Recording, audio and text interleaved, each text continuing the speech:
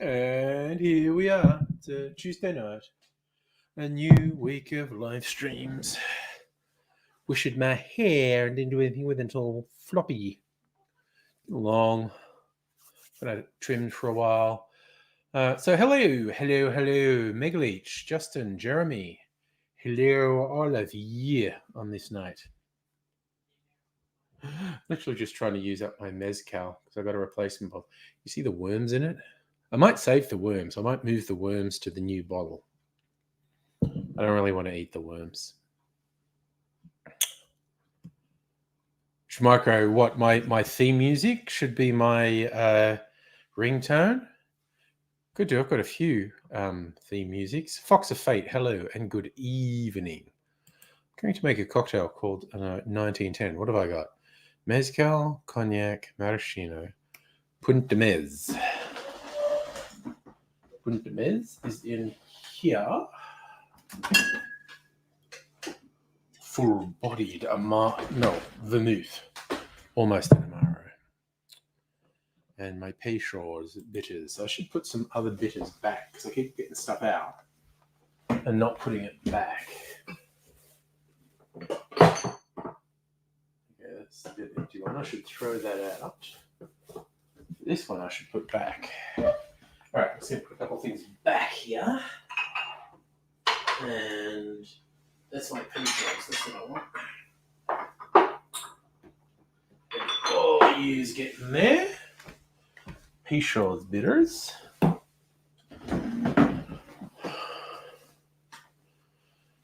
Fox, Facebook jail. Just for telling people to... No, I didn't even swear. I was going to say for telling people to get fucked in comments, but I didn't. I just told them a vermin. And Facebook's gone all soft. But anyway.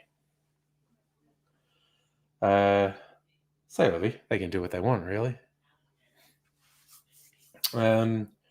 Right. So, and make this probably maybe the only drink I make tonight. I don't know. I have not decided. Ashley saying hello on Facebook because I can be on Facebook now. Can't be in groups. I'm actually banned from groups for 7 days because it was in groups that I was getting angry at people and metaphorically telling them to fuck off. Like I said, didn't actually swear at them, but okay, so 3 quarters. Oh, geez, the worm wants to come out. Stay in there, little worm. Oh, I wonder if I could tip that into the new bottle. Probably could. Freeing up shelf space, which gives me an excuse to buy something else because I've got free shelf space.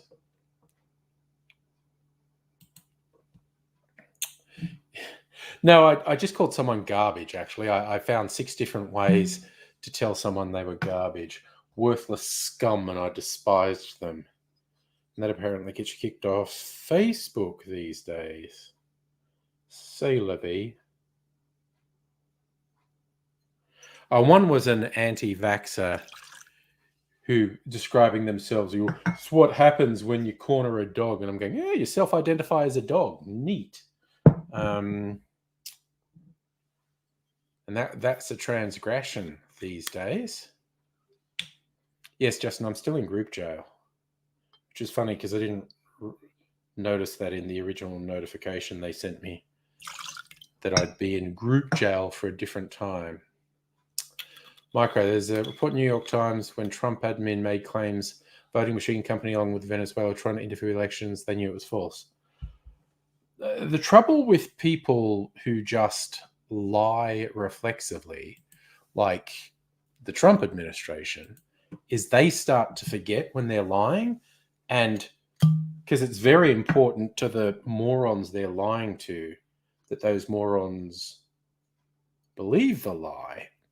So you just need to repeat it to them over and over. And repeated psychological studies have shown if you just repeat a thing over and over, you start to believe it yourself. It's like people who go to church with a partner or family member when they don't believe in it and they just go there and just say the words and whatnot. There's repeated studies that show if you just go to the church and say the things over and over, you end up believing them. Hey, how's it going, Bunny? Halfway through June, you're powering through. Nice. And yes, Fox of Fate, surprising. The anti-vaxxers got triggered like a snowflake. No, I don't troll anti-vax groups. It's just someone made a shit comment in what was supposed to be a left-wing group, and they were an obvious liar and grifter, and I called them on it. Hellion, hello, Kirsten. Already saying an anti-vax lawyer had a loss in New South Wales Supreme Court. Small victory. But a big case next week, not looking good for them. What are they on the New South Wales Supreme Court for? Micro, Trump's lawyer, 6-step plan made up for Mike Pence to basically make a coup. C-O-U-P is how it's spelled, my friend. Set up a way Pence just turned the election to Trump. Yeah, and then Pence refused to do it. Pence was like, nah. And Trump's like, well, we're not going to be friends if you don't do this.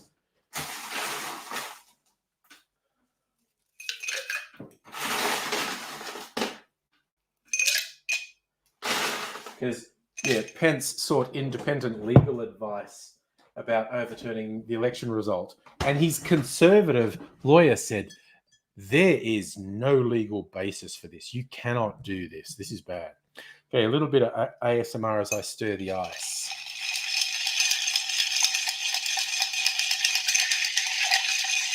Away from the microphone a bit. Yes, micro USB. I believe coup is the French word.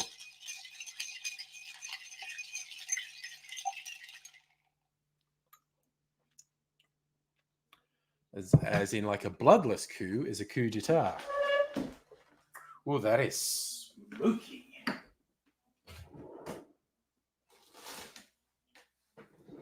Man. It's like I forgot I was using mezcal in the drink. And I just did a little taste and it's really smoky. I think I'll use this as an excuse to have another cherry garnish, honestly.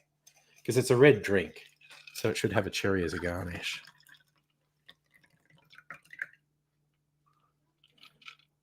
All right. Oh, it would fill the glass more than that. That's okay. Do do do do do do do do do do do.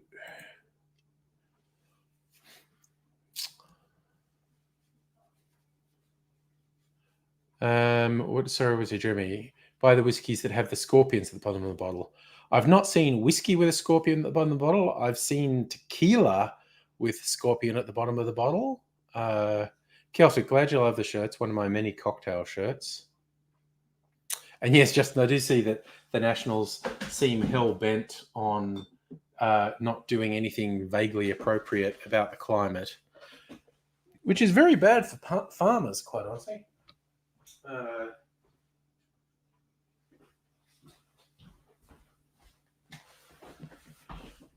What is that in my drink? Did I drop a hair in my drink? What the fuck is that? Oh, it's a bit of ice. So a little chip of ice in there. I thought like I dropped a hair in my drink. Hey, Safa. All right. Even though it's not really called for, I just, need an excuse to put a cherry in my drink. Because I like the cherries. Got one. That'll do, actually. Cherry in the drink. Do.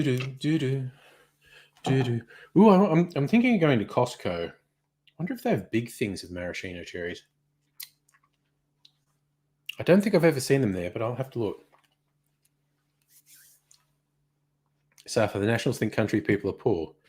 There are a lot of disadvantaged people in country areas, but the National Party been in the pocket of resource companies for ages and has repeatedly sold farmers down the river when big multinational conglomerate resource companies were involved. Justin, yes, I think there's some natural conservatism in a lot of farmers that might lead them to be climate change deniers, but it's a hippie thing. But then again, then lots of farmers are just looking at the reality of how all the extreme weather patterns are becoming more common and more extreme. And they're going, there might be something to this, and we might be up shit creek if we don't do something. That's a fair pun, Aussie Gun Bunny, like popping cherries. It's a bit more brown than red, actually. But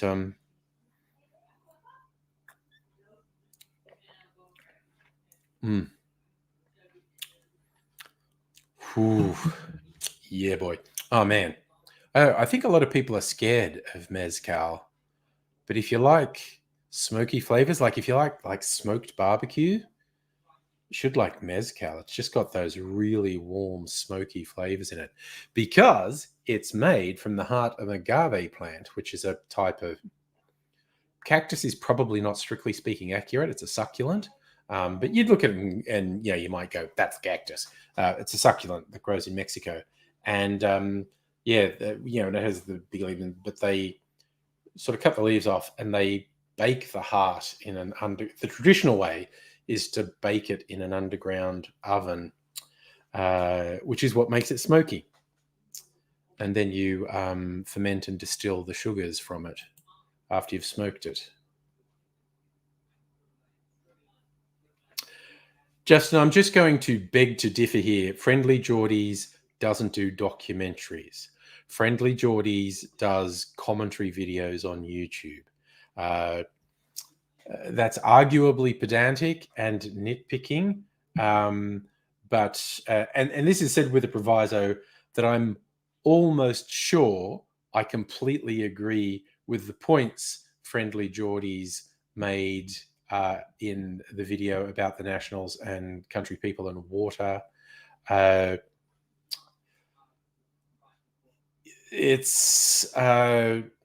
He has, without doubt, gone in with a premeditated political viewpoint and then put together what he sees as the evidence to support his political viewpoint. And I believe what he puts forward as evidence, I would accept as evidence too. But intrinsically, no, Justin, he does not do documentaries. The word documentary has a meaning. And a central part to documentary is to be impartial and to document things. He puts together political discussion videos on YouTube, okay? They have a premeditated political view. They only show one political view. Like I said, in the vast majority of cases, it's a political view that I agree with, but they are not documentaries. Words have meaning. So yes. No, Aussie Gun Bunny, I want a drink smoker. I do. I don't have one. In fact, there's a really simple one you can get now. There are these great big ones that had like electric pumps and whatnot, but there are these really neat ones. They're like a little hat that you stick on the drink and you put the flavored wood chips in and torch them and it goes down. Justin, he did an hour-long video on the topic. Documentary does not mean long video. Documentary has meaning. It's an objective document of a story. No one's completely objective, but Friendly Geordies is hyper-partisan. He goes out of his way to make emphatic political points in every video, okay? Documentary never has meant long film or long video, okay? A documentary is as impartial as you can be, an impartial documenting of the real world. He is making political polemic, okay? And again, as I said, and particularly in the case of the one you're talking about, I'm almost sure I agree with the polemic in it, okay? So to say he doesn't make documentaries is not me saying he's wrong. It's not me saying I disagree with what he says in the videos. I'm saying they are categorically not documentaries, okay? They're political videos, they're political commentary. And political commentary is valid. Again, I'm also not invalidating the videos. I'm not saying they don't have value, but they are absolutely, categorically not documentary. Yeah, Aussie Gone Bunny, in a purest sense, if there's any bias, it's not a documentary. But we all have bias, and even really good documentaries, you can tend to see some bias, or and there's stuff is edited, and someone's unconscious biases can often affect the editing or whatnot. But with the Friendly Geordies videos, there's no attempt whatsoever at political objectivity, impartiality. They're political commentary, they're polemic. And that, by definition, is not a documentary. It's a piece of political commentary. He could argue, and to a large extent, I would probably also argue, it's non-fiction. Again, documentary does not mean non-fiction.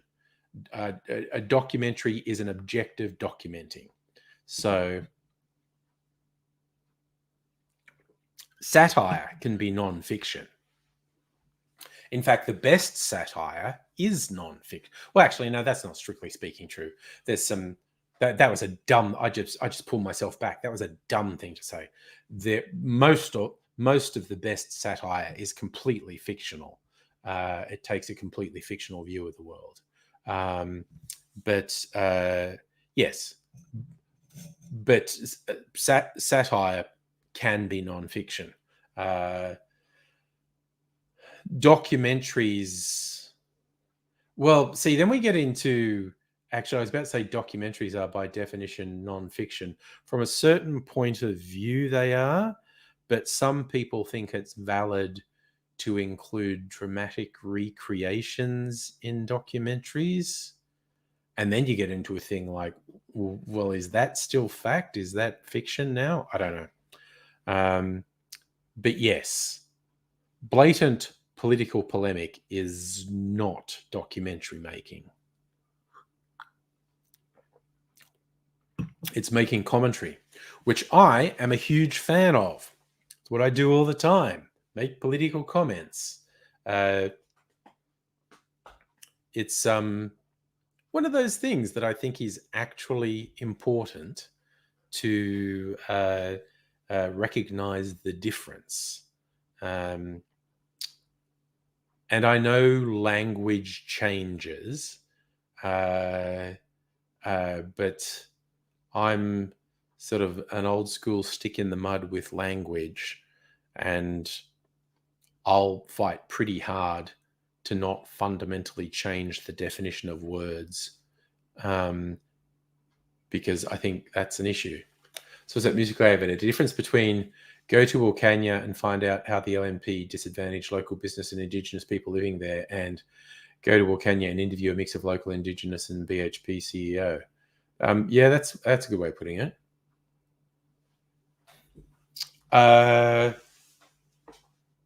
Yes, Fox, I agree with all that. Truth to power, fuck authority, get vaccinated. Vaccinated is about the common good. And yes, it may well be the government who's behind the vaccination plan. I did not get vaccinated for the government.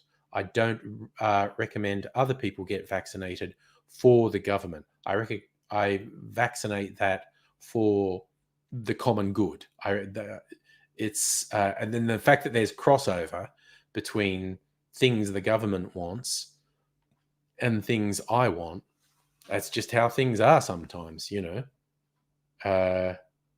no man is an island, as the saying goes. There's intersecting views on things.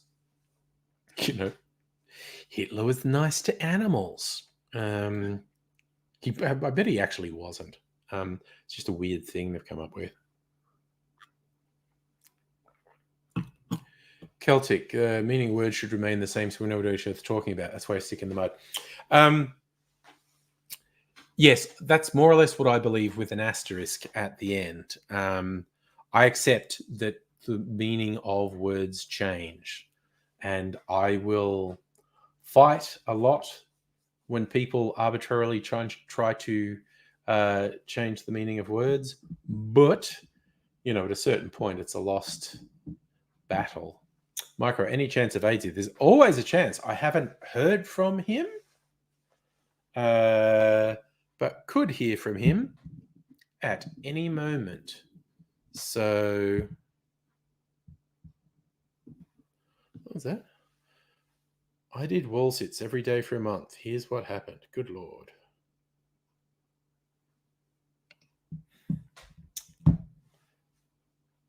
I was just checking my phone and weird news headlines popped up.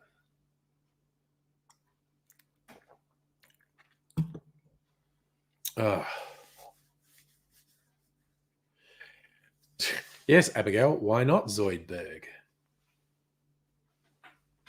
What was I going to do? Apricot, that's right.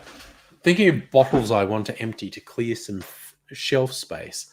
And the ones with just a little bit left include mezcal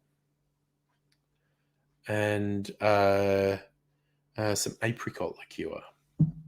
I notice it's not all. I've had this for ages. I don't know exactly how long, but I've had this very 70s looking bottle for a long time. And because I rarely use it, it's probably still going to last for a while, even though it's like, what's that? It's about 80% gone. It's still probably going to be around for months yet. Ooh, nice. Kirsten drinking last year's sample bottle of the new Signature Try Gin. So good. Nice.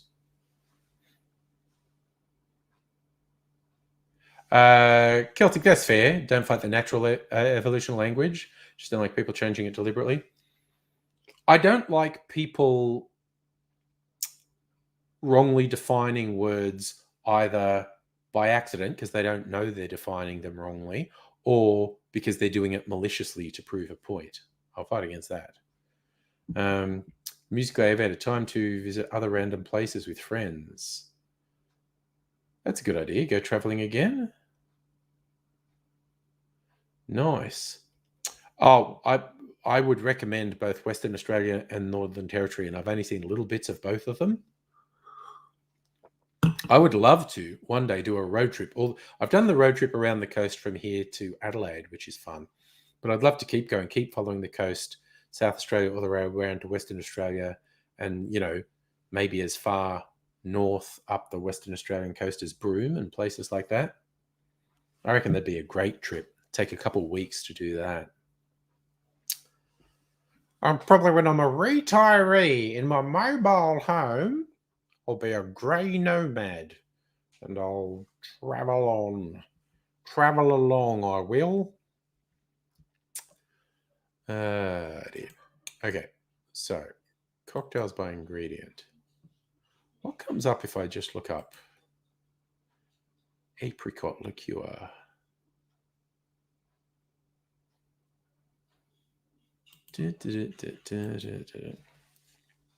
Going into the city on Thursday for a dentist appointment, wherein I will park in the QV building and go to Dan Murphy's to get free parking. I'll buy a bottle of something I was going to buy anyway, and I'll get free parking. At this point, what I'm likely to get from Dan Murphy's is a bottle of rum, because I emptied a bottle of rum, so I just needed like a nice standard rum, nothing too fussy. So that's probably what I'm getting from Dan Murphy's on Thursday, just to pay for my parking. Which is pretty good, because that parking in the city, if I got to be in the city for a couple of hours, then that's probably $30 or $40. Yeah, alternatively, I could go in on public transport, but people in public transport, don't want it. So I will go in a car So, apricot cocktails, a haystack, zesty, bittersweet, sweet and sour.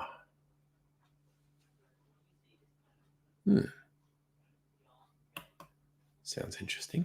The Slope, Manhattan Brooklyn Light Rye Whiskey, whiskey-based aromatized wine, and apricot.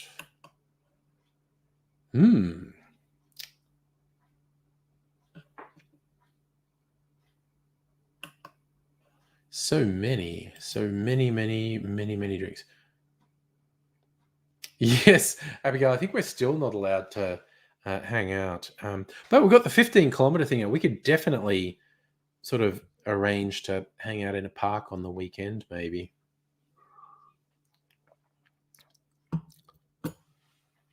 Because the 15-kilometer radius takes me all the way over to your place, in fact. So a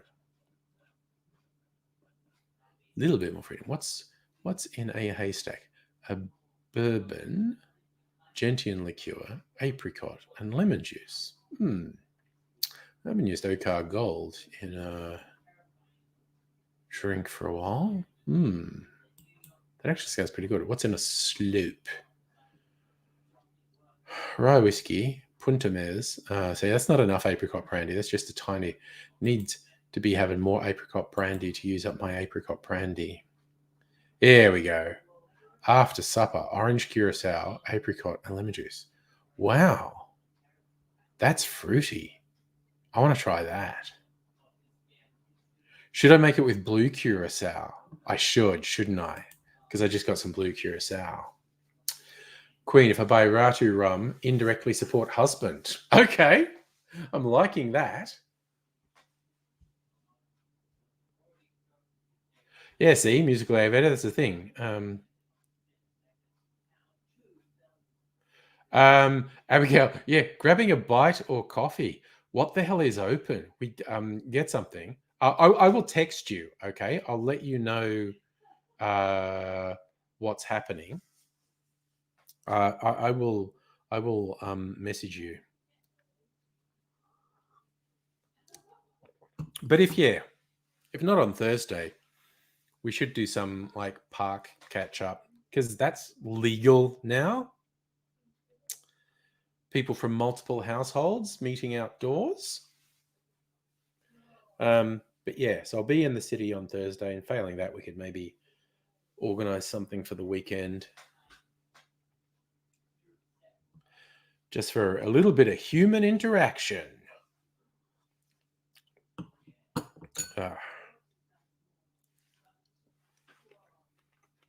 Pop that cherry in my mouth. I sort of glassed as an after supper use. Okay. Honestly, I think I might just use the same glass. Print it out. I'm just I don't need to impress myself. If I was making it for my channel, I'd probably do it in a different glass, but I just use the same glass. Might rinse it and chill it in the freezer again. A little bit of resistant red stuff in the bottom of it. Right, I'm just going to rinse this. Rinse it, I shall. Oh, that's a bit boozy. I stood up and I go, oh, that's a bit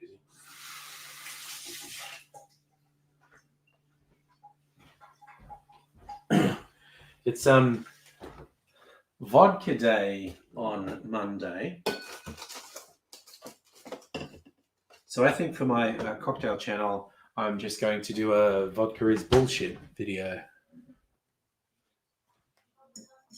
Put that back in there. Oof. Got that ginger beer. I have that with the chocolate gin at some point. But I put that. Okay, what was I doing? Slope cocktail. No, not the Slope. Must have been the after supper. Orange curacao and apricot brandy and lemon juice. Just for a laugh, I'm going to make it with blue curacao because I'm being silly. Blue curacao is a silly drink. Put that there. Blue curacao. Hey, cure. Just about gone. Oh, that's what I was going to do. All right.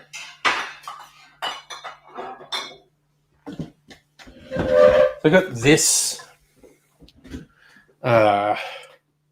because that mezcal's almost gone. So I got a replacement that I read a review of that was very favorable. And I did taste it. It's pretty good. Pelton de la Muerte, which apparently translates as Death Squad. So, it's a little bit dodgy. Oh. That's like a little bit fruitier than this one, but still that beautiful smoke. Micro's give me some of that human interaction. Hey. I got a little thing here.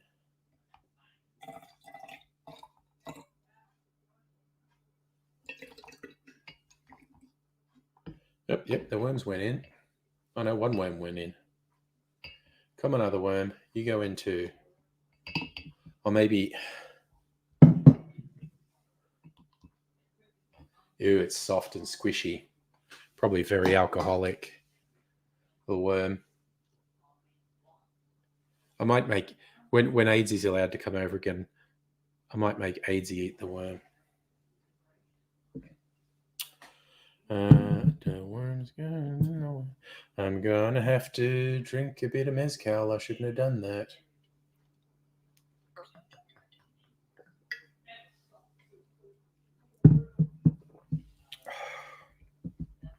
Oh, it's actually that's actually really easy to drink. I mean, it's from when it's really warm going down. It's from really sweet nectar from the agave plant. That was that label there, Pelton de la Muerte, and it's printed differently on the back. It's pretty cool. This is actually a pretty good bottle. It'll be a long time before it's empty, but I might keep it when it's empty because it's got... I like bottles with stoppers. Anyway, so that's a bit of shelf space.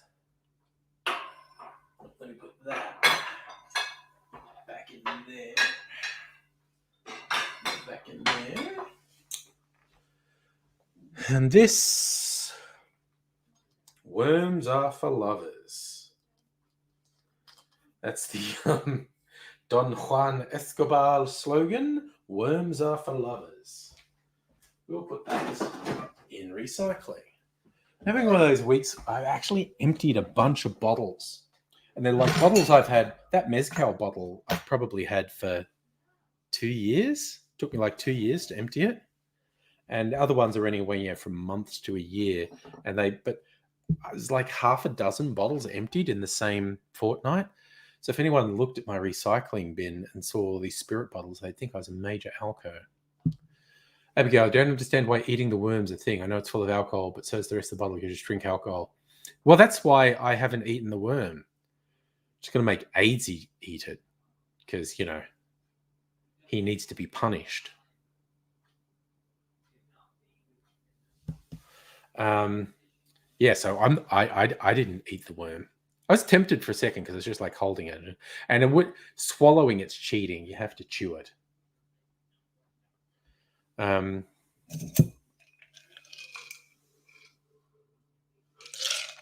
was really surprised how easy it was to just drink a slug of that mezcal. I thought I'd end up choking and looking silly, and I was prepared to look silly, just for fun. But that was actually really easy to drink, which is was a bit of a surprise to me. Right. So we've got that. We've got that. Lemon juice. Shit, I want a lemon. And this is a shaker one. So, and I think I'm going to put a cherry in it again because I want to eat another cherry. Cocktail shaker. Okay. Just gotta be careful not to knock anything over because I wouldn't want to break a glass on a live stream. That would be embarrassing. Right. So this is just 30, 15, if I know. Okay. just to be a silly bugger, I'm making this with blue curacao. And it's going to be very blue. Where'd I put the jigger? Where's my jigger at? And only a little bit of that left. Don't know if I should just pour that in the other bottle. I'll make one more with it. I don't know why I've got... Is that a Beyonce song? If you like it, then you should have put a ring on it. That keeps popping into my head, and I don't know why. This is going to be a very blue drink. A lot of blue curacao in it. And lemon.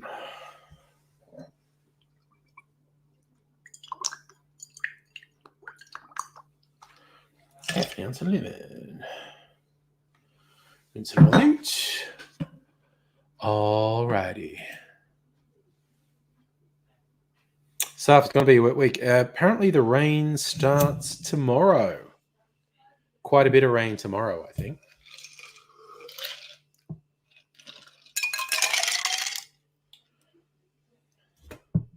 Unless you were just talking about you making moves on the ladies and you fancy your chances. I think it's going to be a wet week. Ha ha! He went there.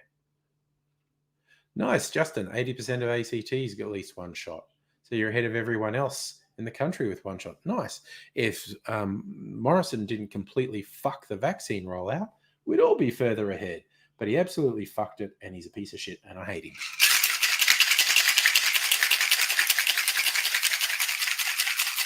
Thank you.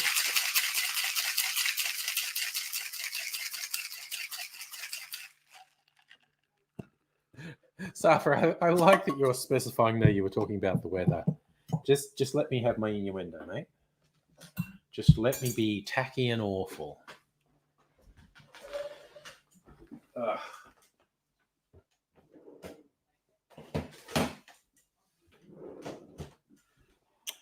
Yeah, Safri's not even the PM for New South Wales. He's been fucking over the poorer multi-ethnic suburbs.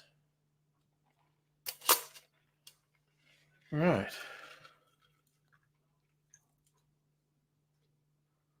Oh my gosh, what a colour this one is. Yeah. There's no doubting blue curacao makes drinks fun. But oh god, that's nice. That's just sugar. That's just a lolly, that one. Orange liqueur and apricot liqueur and lemon juice to balance a bit, bring a bit of acidity in.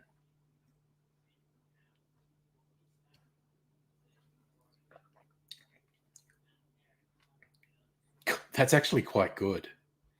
God damn. Yeah, it's bluer than my shirt. Look at that. My shirt's pretty blue. The drink's even bluer. It's actually pretty good. The lemon juice stops it being too sweet.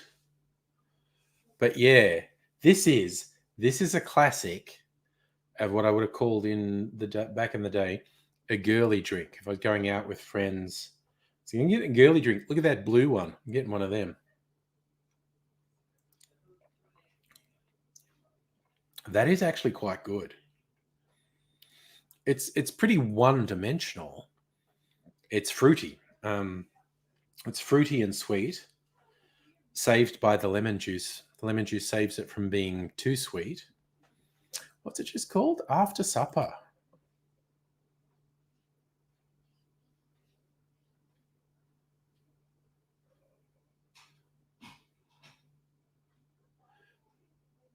Okay, this is a Harry Craddock one. The original one was half brandy, half curacao. God, I might even go to town, make another one that's an ounce and a half of each. Which is possibly enough sugar to put me into a diabetic coma. But they're both comparatively low alcohol, both under 30% alcohol. Yeah, I'm going to make that for my channel, but do it 1.5 ounces of each. Harry Craddock just says make it half apricot, half curacao, and lemon juice.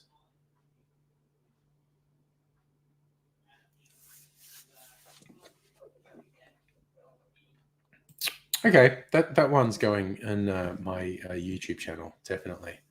Justin, you think vaccination rates are going to accelerate next few weeks as we cross 12 weeks since AstraZeneca was released? Yes. People can start getting second doses. So, yes, I'm very hopeful that as we head into November, getting a decent chunk of the like 80% of the population double vaxxed, November into December. And of course, I think if you're in New South Wales or Victoria now and you'd had AstraZeneca, it makes sense to shorten the gap between vaccines. I had 12 weeks between mine. I'm like, it was 6 weeks ago. It's like time just flies. My second vaccine was, I don't know, 4 to 6 weeks ago. It's a long time ago. And we had no cases back then, so I waited 12 weeks. But now, because thanks to New South fucking Wales, well, again, that sounds like I'm blaming everyone in New South Wales. No, the New South Wales fucking government and their fuckery. We've just got this spiraling case numbers. And yeah, the only thing we can do now is get vaccines up. So hopefully reduced hospitalizations so the hospitals don't get overwhelmed. But anyway, yes, the Angry Offspring are going to get their second AstraZeneca in about 3 weeks, 4 weeks, which will be about 8 weeks since they be 7 or 8 weeks after their first one. Yeah, Kirsty, yeah, don't blame me, you just Lippy. That's why I just realised you're saying bloody New South Wales. Sounds like I'm blaming the people of New South Wales, and it's not. It's the government of New South Wales and the federal government. Fuck them. Fuck them.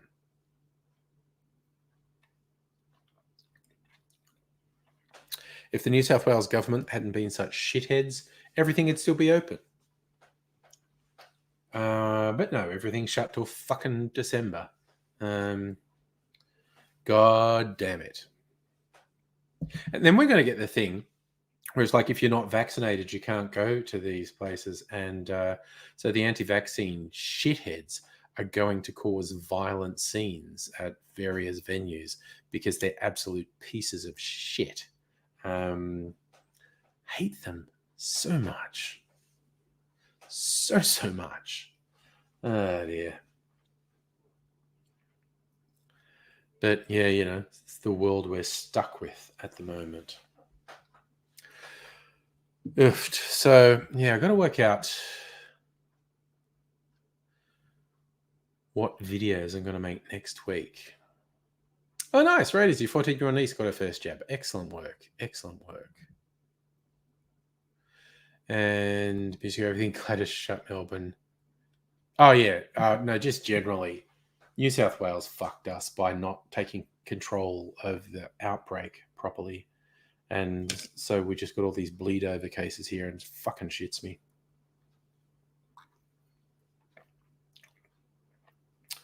But we're stuck with it now. It's so fucking shitty. Sophie peeved off of the McLaren pit crew for a car today. Still with the F1. Yes. Okay. It's the closest I got to watching anything F1. There's that movie that came out last year, Ford versus Ferrari. And that's not Formula One. That was Le Mans 24 Hour. It's ironic the outbreak came on a cargo FedEx plane. I don't know if that's ironic or just inevitable, basically. Again, because we rely on stuff moving around, the virus is going to move around. So, yeah. It's anyway, we are where we are. We just got to hope we get enough people vaccinated that it reduces serious illness, so there's not too much strain on the hospital system and the hospital staff. Yeah, if the vaccine works, then next year we're just going to have to put up with the shit for fucking brains anti-vaxxers going, Oh, see, COVID's fake. No one gets it anymore. And I'm just going to want to put them in a wood chipper when they do that. Nice. Lee and Rottweiler dude, both fully vaccinated. Yes. Justin, FedEx delivered a virus. It is. And the various sort of, food delivery trucks delivered food to the supermarkets and virus to us. Raiders, I'm not sure if Ford versus Ferrari is not on Prime, I don't think. It might be on Netflix. I watched it on Foxtel. I don't think it's on Prime. It might be on Netflix. It's not bad, actually. I did that was a reasonably interesting movie because you got like what's his name? Batman, Christian Bale, and Matt Damon, and they both do a good turn. Abigail, I am pretty much in favor of composting the anti-vaxxers. I worry that they're so toxic they can't even effectively be used as compost, but I'm willing to try. I mean, they just suck so fucking much. Like, there's such shit excuses for people.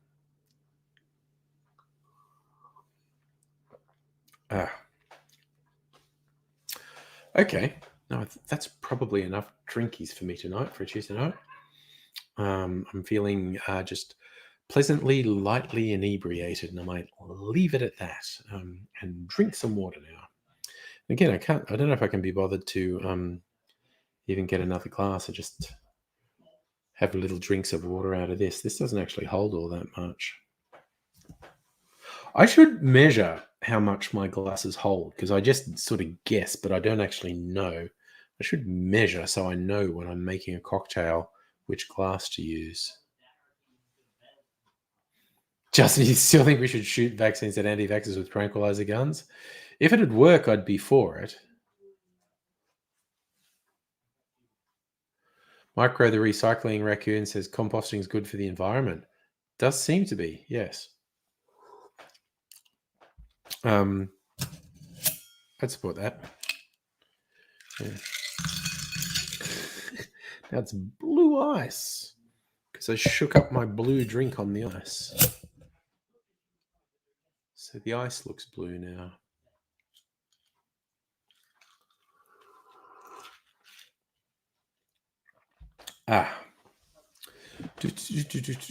So don't have it. I don't know if anyone wants to nominate a special event next week for me to make a cocktail on.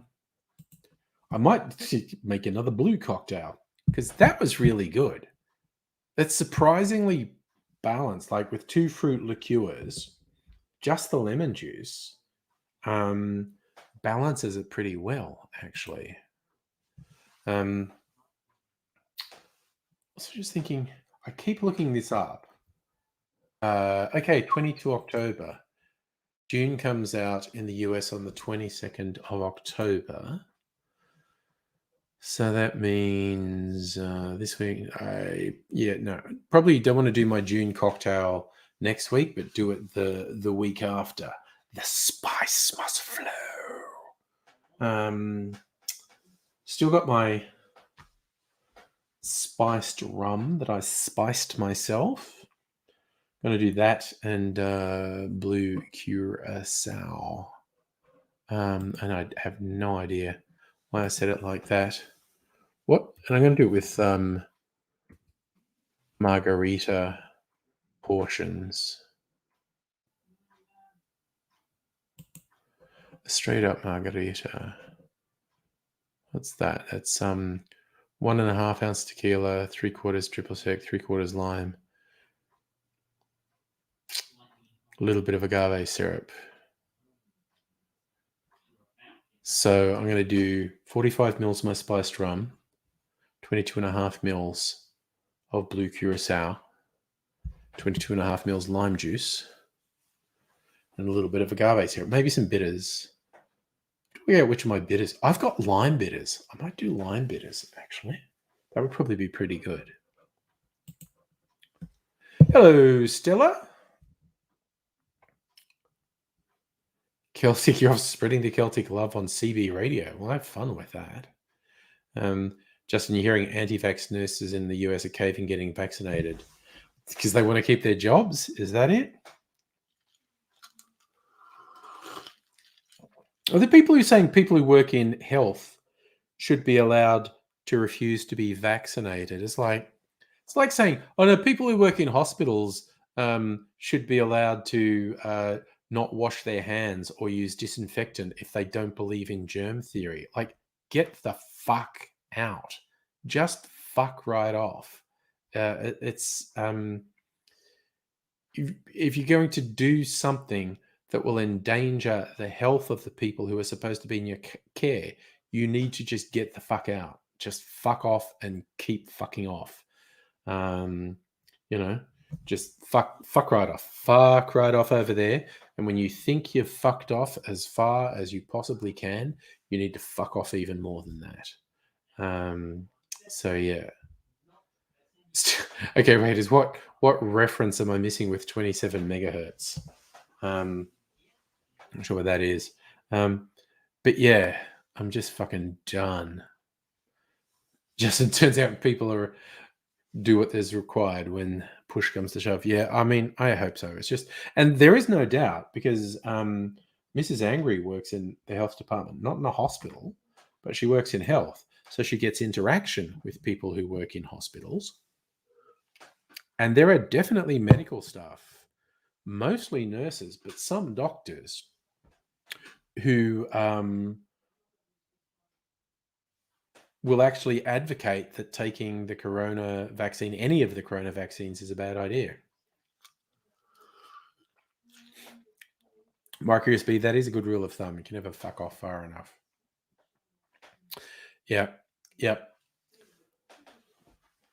When I tell someone to fuck off, I don't want them to stop when I can't see them or hear them or be aware of their presence anymore. Just keep going. Just keep fucking off. Like, head towards sunset and just follow the sun forever. No, not forever. Just till you're halfway around the world. So you've fucked off as far as you physically can. Because if you keep going, you'll start getting closer to me again. Just keep fucking going till you've gone halfway around the globe. And then stop. Steady started the June audiobook today. Not sure I'll be able to multitask while listening to it. Oh, no. Okay. Oh, okay. Thanks, Raiders. Yeah, because Celtic mentioned CB, so 27 megahertz is a frequency for CB radios. The Citizen Band. I'm old enough to remember when they became a weirdly trendy thing in the 70s with movies like Convoy and Smokey and the Bandit. Justin, when will we see a 1 terahertz CPU? I don't know. I was listening to an interesting bit of a podcasty thing today. I was bringing up quantum computing, and he's pointing out that we don't really know what quantum computing will ultimately deliver yet. Quantum computers might be many times more powerful than a conventional computer today, or they might just be faster. Like, might have the same amount of processing power, but be able to process the information faster. So who knows? Oh, Jesus Christ. Sorry, Heine, someone tweeted Eric Idle from Monty Python that vax was a Nazi term. Yes, the evil scumfuck pieces of shit are trying to have it, sort of both way on the Nazi thing. They talk about Nuremberg trials for medical people who administer vaccines, and then they try and equate them facing restrictions for not being vaccinated is the same as the Holocaust. And it's like, I hate them so much. Hate them. And yes, Raiders, I have noticed the Melbourne Freedom Rally has been kneecapped for the foreseeable future. So much infighting, and the way everyone was trolling them on their comms channels and such like. I think the cops getting super fucking serial made a lot of people back off. And I also think their protests just got stupider as the week progressed. It became more obvious that there were far-right people trying to commandeer it. It became more obvious that it was a complete fucking shit show, and it became more obvious that taking part in them would have very detrimental effects on your future with arrest and whatnot. So they died off. See, now we're Stellar and Red is talking about frequencies. I think of that old REM song, What's the Frequency, Kenneth? Justin, does free speech cover lying or spreading misinformation? Okay, first, there is no concept of free speech enshrined in law or the Constitution in Australia. The concept doesn't exist as a defined thing in law. And if you're talking in the US, the First Amendment is actually solely about the government shouldn't be allowed to prosecute you on the basis of speech. They shouldn't be able to restrict your speech. They shouldn't be able to prosecute you on the basis of what you say. There are and always have been and always will be exceptions to that. Serious threats of violence, libel and slander are all things that can be prosecuted. Lying and spreading misinformation. There you get into difficult territory because it depends what someone's lying about or spreading misinformation about. You're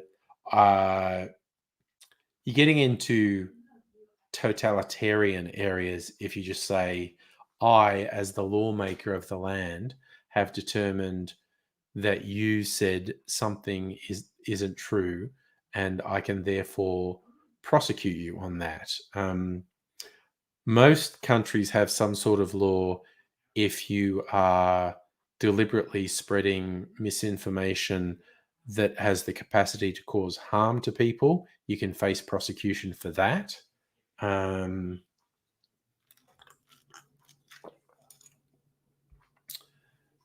yes, saying, is free speech covering lying or spreading misinformation? That's not a completely straightforward thing to answer, because as we've seen increasingly over the last, say, 6 years, a lot of people are very subjective on their idea of what's true and what isn't. So when you see, an administration of the President of the United States saying things that are blatantly untrue and saying they have alternative facts, even when what they're saying is just demonstrably untrue, for those same governing bodies to have the power to prosecute for people for what they declare to be not true, that's incredibly dangerous. So it's right as way, not as stating YouTube closing channels was against free speech is ridiculous. Yes. But in my experience, at least 9 out of 10 of fuckheads who talk about free speech have no understanding, literally no understanding of what the term means legally. What they assert it means is I should be allowed to say anything I want, and any media outlet, and that includes like online social media and traditional broadcast media, they should be required to broadcast my views no matter how heinous or wrong, because to do otherwise is an infringement of free speech. That's a fundamentally stupid argument to make. But then again, the people who say it are fundamentally stupid. So, yeah. Justin, you think the US Supreme Court has ruled you can't yell fire in a theatre? Okay, bugbear. No, they didn't. there was a phrase that a Supreme Court justice used once about yelling fire in a theatre, but there's no legal pronouncement about that. In general terms, if you make threats to someone or say something that will cause someone to be hurt, that's generally in the US not held to be protected speech. But that phrase about can't yell fire in a crowded theatre, that is not law. That was a former Supreme Court justice trying to explain the limits of free speech, but that was not any case the US Supreme Court ever heard, so it's not in law. But the US legal system is so fucking two-faced and racist as fuck. What springs to mind immediately for me is NWA with their track "Fuck the Police." Cops saying they had the right to arrest them just for singing a song called "Fuck the Police" because, that was somehow threatening to the police. It clearly wasn't. It was just racist bullshit.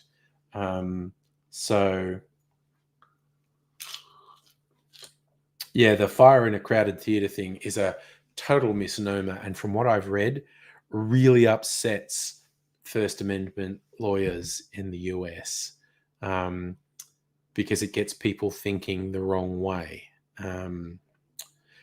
I think what that Supreme Court justice was trying to say was, if your speech is proven to cause injury to other people or is a credible threat to other people, then it's not protected speech.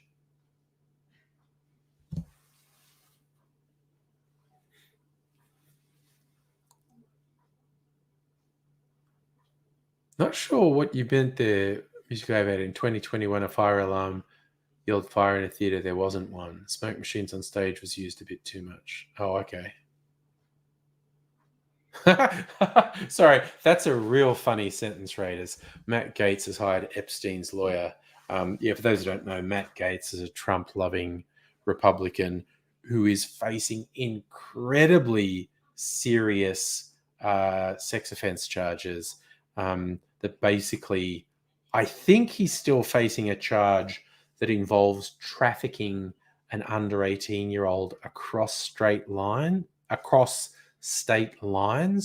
for the purposes of procuring sex, and that's actually a really serious crime.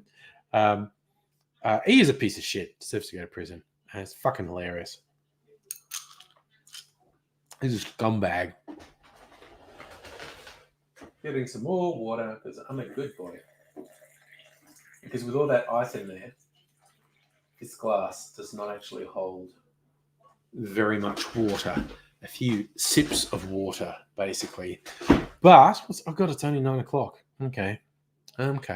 So Abigail, you can't cook anymore. Every time you cook basic stuff, your hand goes numb. Oh no. Oh, that's the old. Was that the fibromyalgia or something? Well, that fucking sucks. Ooh, you know what I'd recommend actually, which is cheaper than takeaway but more expensive than cooking yourself from scratch, is light and easy frozen meals, because they're fucking great. Like they've got a huge variety, and the food by and large is really good quality. I really like it. I haven't had it for a little while. I might get back into it at some point, but I'm just doing these meal replacement bars at the moment. And not just, I had some sandwiches today. Nerve damage, ouchies, Abigail, no good. But yeah, easy and tasty and varied meals. They should sponsor me. Not a sponsored post, by the way. Can't stand frozen meals, get sick of them so quickly. And I completely understand that. I'll just throw in, Light and Easy has dozens of options, and they are broadly very good quality. But I absolutely understand what you're saying, and it's completely legit. And you might get sick of them. Justin, if you say you like Tucker Carlson, get the vaccine, go on TV and advocate for them not to get vaccinated, lying free speech shouldn't apply.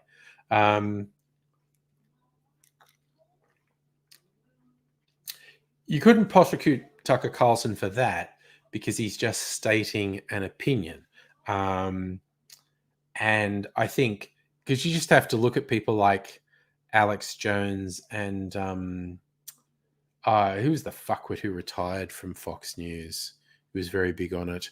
But when they were facing court cases for the shit they were saying, Bill O'Reilly's who I'm trying to think of, they both claimed what they were doing is just performance. They don't believe it. And they're just like actors, so you can't prosecute them for playing a character. I mean, Jesus, I'm not concerned at Tucker Carlson playing to the rubes about vaccine. I'm concerned about Tucker Carlson promoting extremist white supremacist talking points in mainstream media. That shit's terrifying. I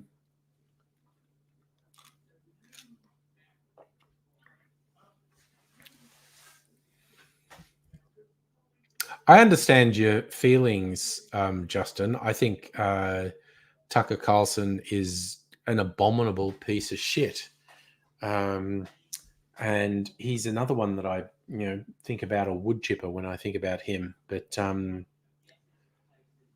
hoping or wanting him to be prosecuted for the things he says on TV is never going to happen. It's just not going to happen. I agree it shouldn't be allowed, and in the angry global dictatorship when I am emperor of Earth, that sort of shit would be shut down right away.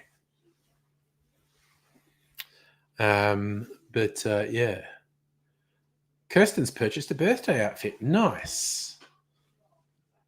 They're just going to tell us you're there in your birthday suit. That's legit. If you want to be in your birthday suit.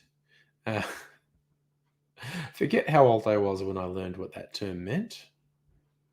It was because it was the banana splits.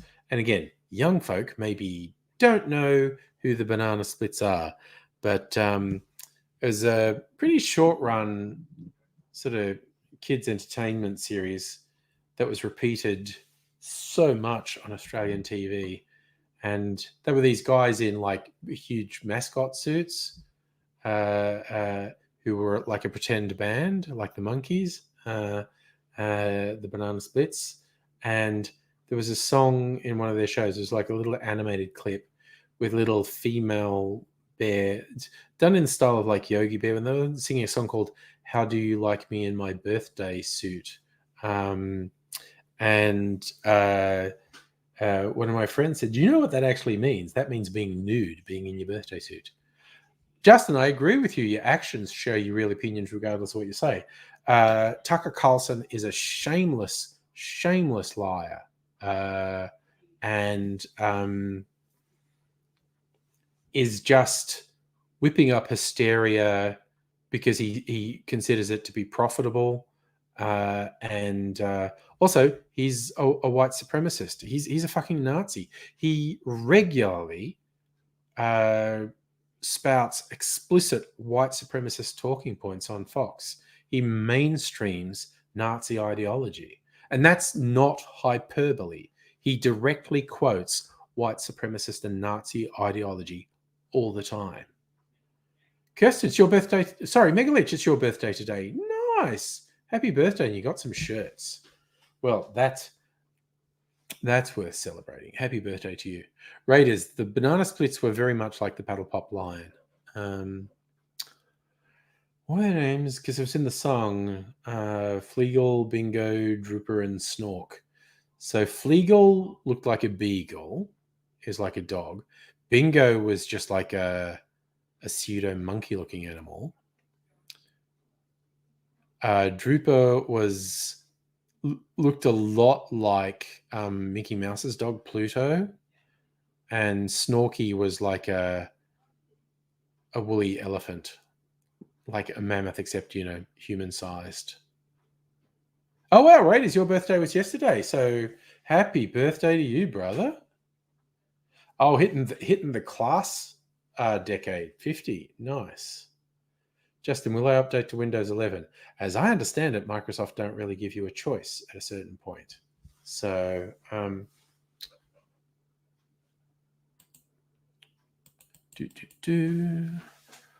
banana splits. American television show, The Banana Splits.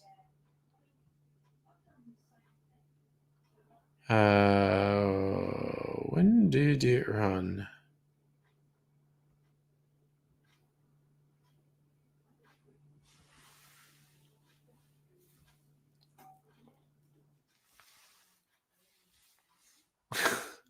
Guys are all so old here with the Banana Splits. When did it run? I want to know when it ran. Genre psychedelia. It sure was. It's fucking 60s psychedelia. Okay, so there was 2 seasons with 31 episodes in total. Ran from 68 to 70. And then it got repeated heaps. Okay. I'll show you what the Banana Splits looked like.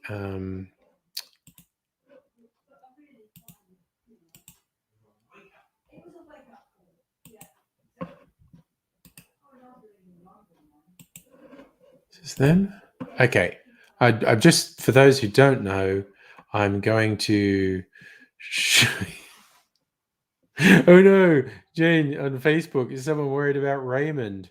I've actually shared the story of Raymond because Sue was on here, and we shared the story of Raymond, the terrible, terrible story of Raymond. What was I doing? I was going to show everyone what the fuck is wrong with my computer. There we go. Share screen, Chrome tab, this one. Okay, so that's what the Banana Splits looked like. On the left with the orange fur and the little hat, that's Bingo. And I don't know, he's something like a cross between a panda bear and a chimp. And in the middle is Fleagle. It's obviously meant to be a dog, a beagle. The right is Snorky, who's clearly some elephant related thing. And the front was Drooper, which again looks like a dog in the same way that Mickey Mouse's dog Pluto looks like a dog. So just because I felt like sharing, that's the Banana Splits. Justin, you're watching Windows 95 nostalgia. Can't use the internet on Windows 95. Well, that makes sense. You can watch that. Oh my God, there was that cringy video the people from Friends did about Windows 95. So cringy. Kirsten, you got a second bowl attachment for your Thermomix. Nice. Your husband will be surprised when you open that on your birthday. Nice. Yeah, Raiders. They're a couple of decades pre the Wheels, and way more psychedelic than like they were. Their music style was very 60s psychedelia, because the show went to air between 68 and 70, and some real obvious drug references in a lot of their stuff. Quite honestly. Nice, Ray. Do you think Jennifer Aniston still got it? Fair call. Absolutely fair call. But yeah, there's a weird thing that I saw about 100 times when I was a kid. The Banana Splits show. It'd be the Banana Splits doing wacky stuff in their very psychedelic clubhouse. Then they'd do some music, and then there'd be some animated shows, like a version of the Arabian Nights. What else was there? Trying to remember what the other animated things were. But they also had a live action adventure show sort of Robinson Crusoe inspired called Danger Island. I really enjoyed Danger Island. I'm sure if I looked back at it, I'm going, oh my God, this is so fucking racist. But it's like white people got stranded on an island, and they found some people who'd been there longer. It was I think he's like a Caribbean black guy, and his sidekick Chongo, who I think was meant to be like a locomotive Pacific Islander, but he couldn't talk. There's like some accident, he couldn't talk, so he just made like animal-like noises. Yeah. Raiders, were they a Sydney outfit? Sorry, do you mean were the Wiggles a Sydney outfit, or are you asking are the Banana Splits a Sydney outfit? And I don't know if you're being serious. It was an American TV show. The Wiggles were a Sydney outfit. And again, in my youth, they were actually a pop band called the Cockroaches. And then at least a couple of them did teaching at uni. And I don't know, one of them had the brainwave that there's huge money to be made in children's entertainment. And so the Cockroaches had a couple good pop singles in the mid to late 80s. But yeah, at some point they worked out you can actually make a lot of money in children's entertainment. And they made a lot of money in children's entertainment. Michael, you had a club in your school called the Banana Splits for kids of divorced parents. Oh no. A place to talk about issues with like-minded people. Silly young you was upset you couldn't join. And you didn't understand what divorce was. Yeah, well, you were just a kid. Right, as you remember the cockroach. Speaking of the cockroaches, what's Tina Arena on? Tina Arena is just a Liberal Party stooge, which is fine. You're allowed to be a Liberal Party stooge, but that's what she is. So Jane on Facebook, they're all stoned, and you're just looking at Gilligan's Island. Gilligan's Island was another thing that was repeated 100 times. Okay, so we grew up in country New South Wales. There was the ABC and one commercial channel that had like an amalgamation of shows from the 3 Sydney commercial channels. And we just got stuff repeated over and over and over. So Banana Splits a million times, Gilligan's Island a million times, Hogan's Heroes a million times, F Troop a million times, Bewitched a million times. Just all these shows that just got repeated over and over and over. It's ridiculous. Oh yeah, for those who don't know what Mean Raiders is talking about, Tina Arena is an entertainer. She's been in the entertainment industry for like, I don't know, 30 years now.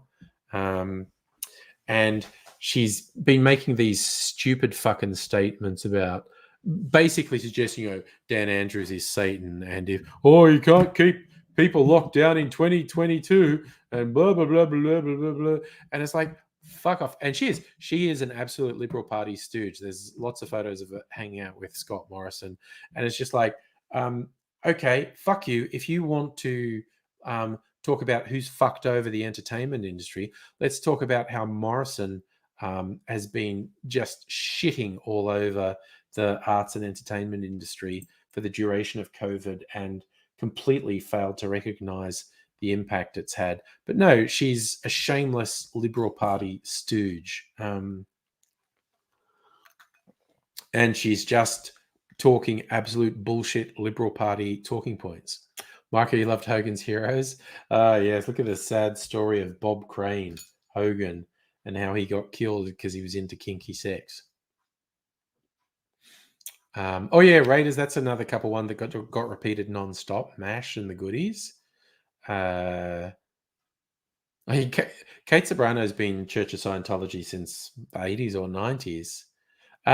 No, Tina's not in the Church of Scientology. She's just in the Liberal Party. She's just a fucking Liberal Party stooge. The fact that she's putting it out that she's just saying that as a concerned member of the entertainment industry is fucking bullshit. She is absolutely just a Liberal Party stooge. She's just, completely failing to acknowledge how Morrison absolutely fucked the entertainment and arts industries through COVID.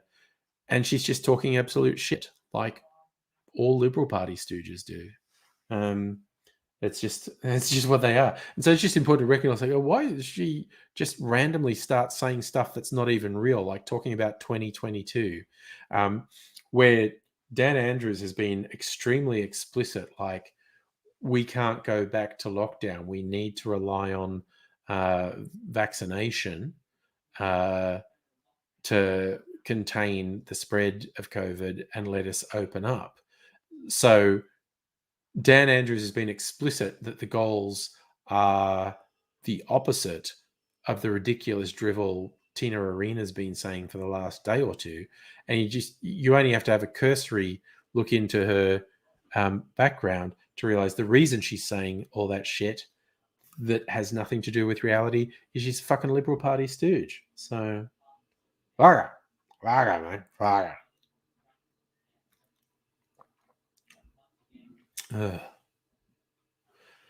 Oh, yeah, I could pretend I'm a cool, drunken sophisticate and say, this is gin. It's just water. Or I could be an embarrassed alcoholic who is actually drinking straight gin and just saying, yeah, it's water. You'll never know. Actually, if the number of glasses of this I had were all gin, you'd know because I would fall over. Right, that's a reasonable point. Is there a difference between the Church of Scientology and the Liberal Party? I think, well, given the Church of Scientology is a blatant scam, and you live probably with your other scam. Do you want some cold water too? Or? I'm just catering to nice cold water from the cold water dispenser.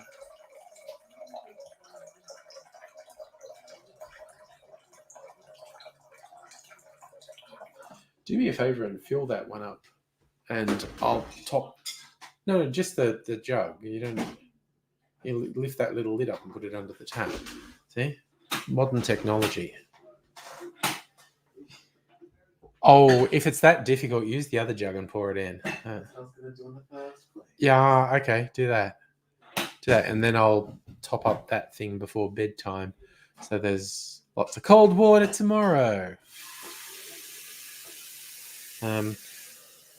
Organising a household. That's what's happening here in the domestic life. Micro, you'd argue there's some pretty big differences. There are, but it's kind of like they're a Venn diagram. There's some stuff that's similar, and that they're a blatant scam and are only about enriching their own hierarchy. It's slightly less common for the Liberal Party to talk about aliens. Yes, they're not an exact match, but there's a bit of a Venn diagram where they cross over. I reckon Church of Scientology sues anyone who speaks slightly on them, legitimately silence people spoken.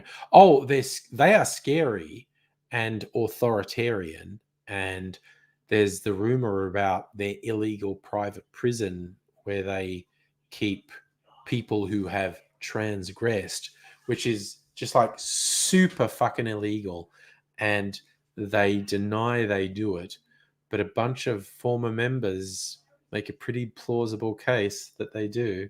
But oh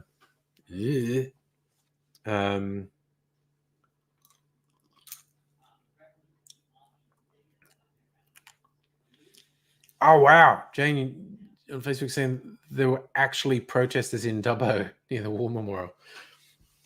Yeah, they were very spirited in Melbourne for a couple of days, and then the cops started stomping them and shooting them with pepper balls and beanbag rounds, and they lost a huge amount of public support when they occupied the War Memorial and pissed on the War Memorial, and their own internal communications got messed up by people who were trolling them, so it was impossible to coordinate things. And then people progressively started to realize if they kept going to these things, they were probably going to be violently arrested.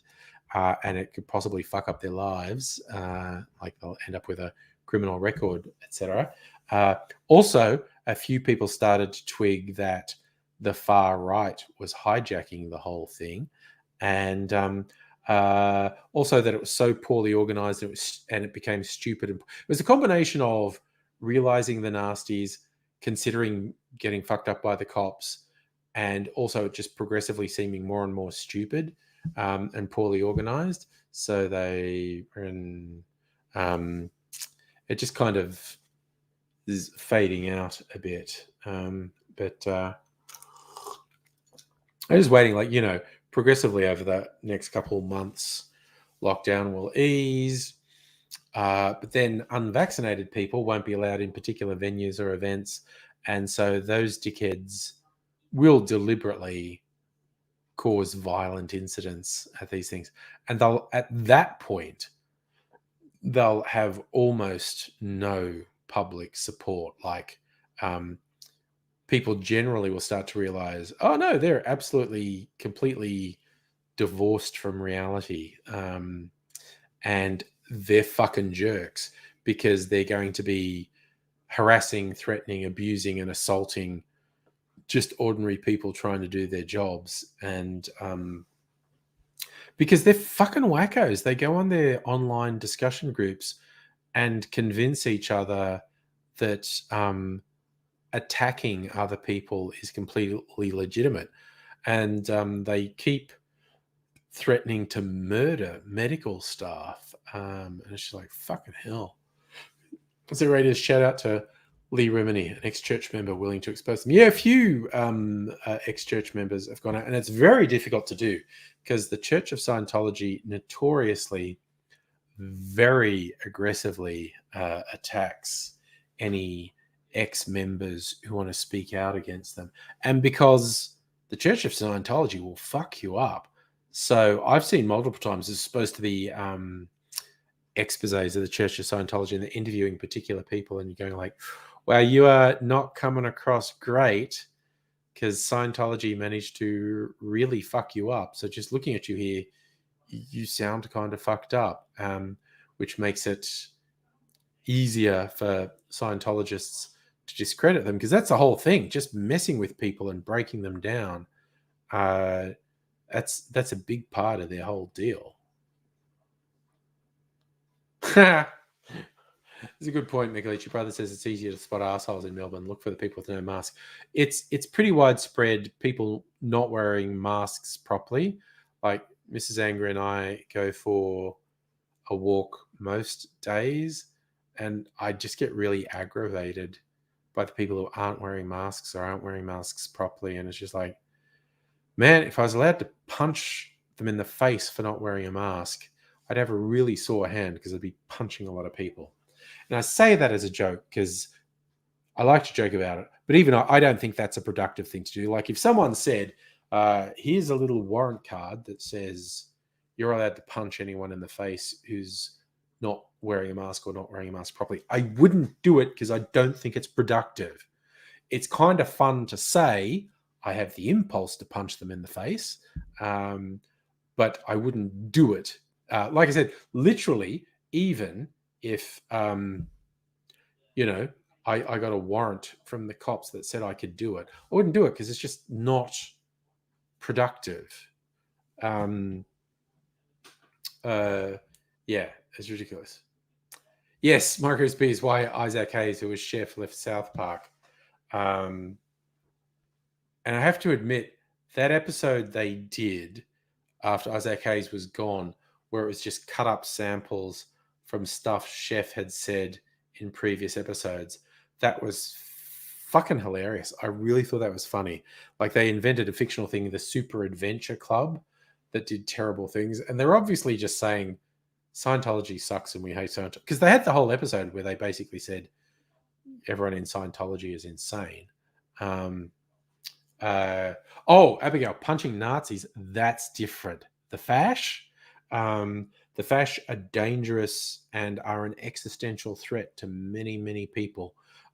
Always legitimate direct action with the Fash.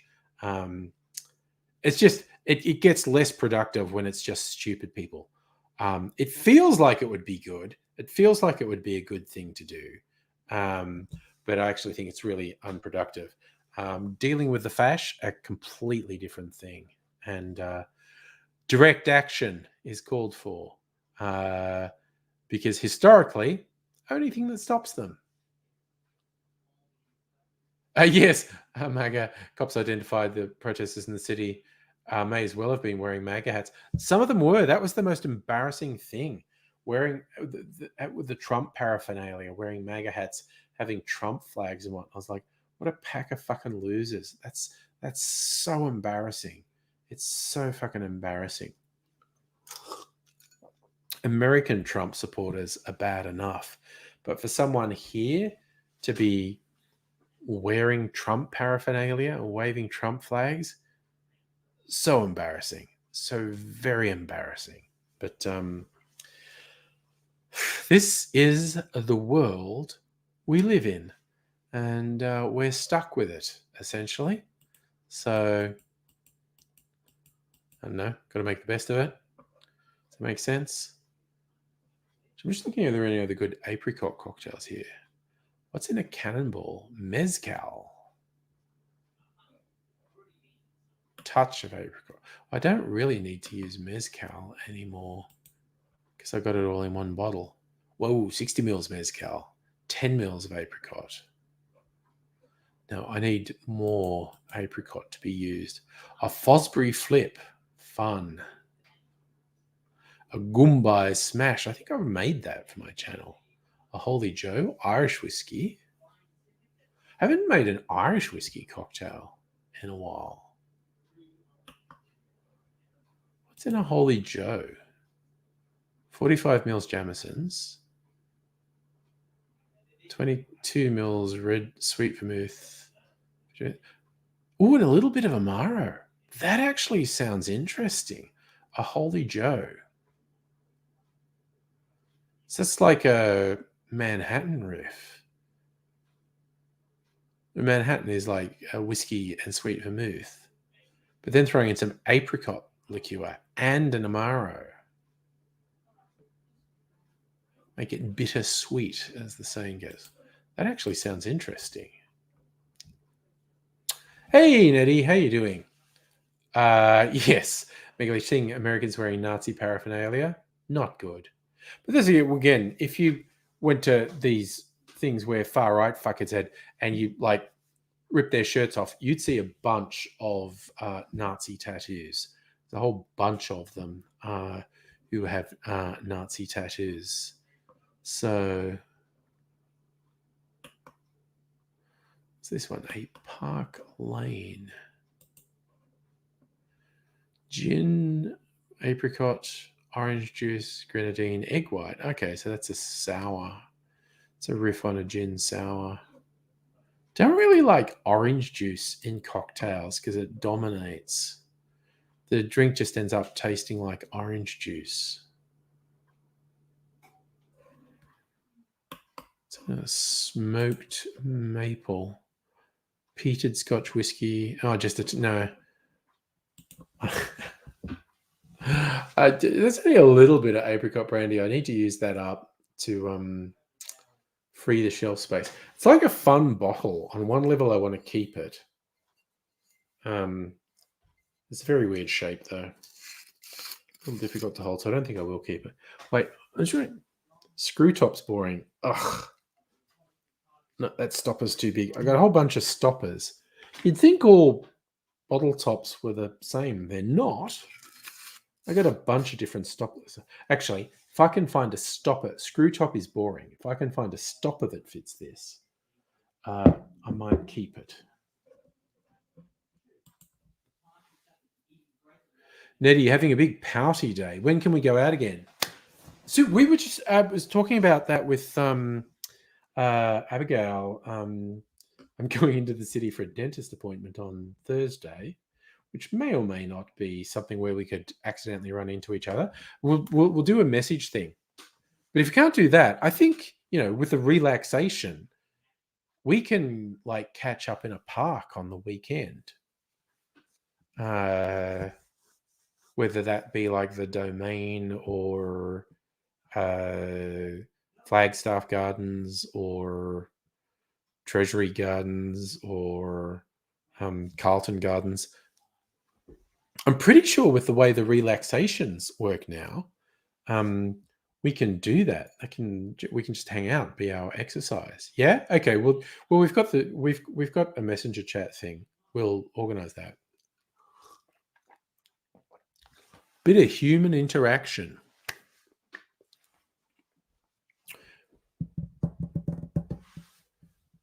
We'll work something out, definitely. So, Raiders, anti-vaxxers flooding in New South Wales Supreme Court judges' chambers trying to influence current cases. But I heard about that. They're trying to interfere with the cases going on, and the judges have been warning them. You could face consequences for being dipshits. Like, it's my right to be a dipshit. You can't tell me I can't be a dipshit. That's all I've got. My ability to be a dipshit. I'm assuming that's what they sound like when they talk. Ooh, did I show you this? I made this. I don't even remember if I showed this off. Been recording this videos making this. This is a milk clarified syrup. Oleosaccharum with lemon juice and just a tiny bit of blood orange juice. And blood orange juice is such a strong color, even milk clarified, it's come out red. But it mostly tastes like lemon and sugar, which I'm going to use for cocktails. But I also know from experience, very good on pancakes or waffles or French toast or ice cream. Very good. But it's very good. Nettie, the bottle was originally, there's a sort of chocolate cream liqueur, goes with the brand name Mozart. They do a chocolate vodka, there's a chocolate cream liqueur, a white chocolate liqueur, which is what I had, which is what that bottle is. Actually, that might be in Dan's again now. Last sort of Halloween time, they had an orange pumpkin spice cream liqueur that I got just to be silly. But yeah, I kept the bottle because I like the bottle. So yeah, it used to have a chocolate cream liqueur in it, white chocolate cream liqueur in it. But I kept the bottle because I like the bottle. Actually, I should check because that's got a screw top. I should check if any of the stoppers fit it. Because I just like stoppers more than screw tops.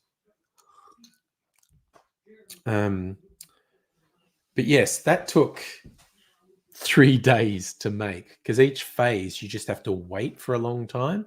You have to wait for a thing to happen.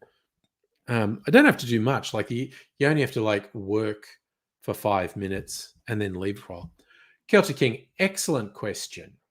What does milk clarifying do to the drink? Flavor, texture, both of those things. For those who are unfamiliar, and I do this a lot on my cocktail channel, I do a lot of milk clarified cocktails.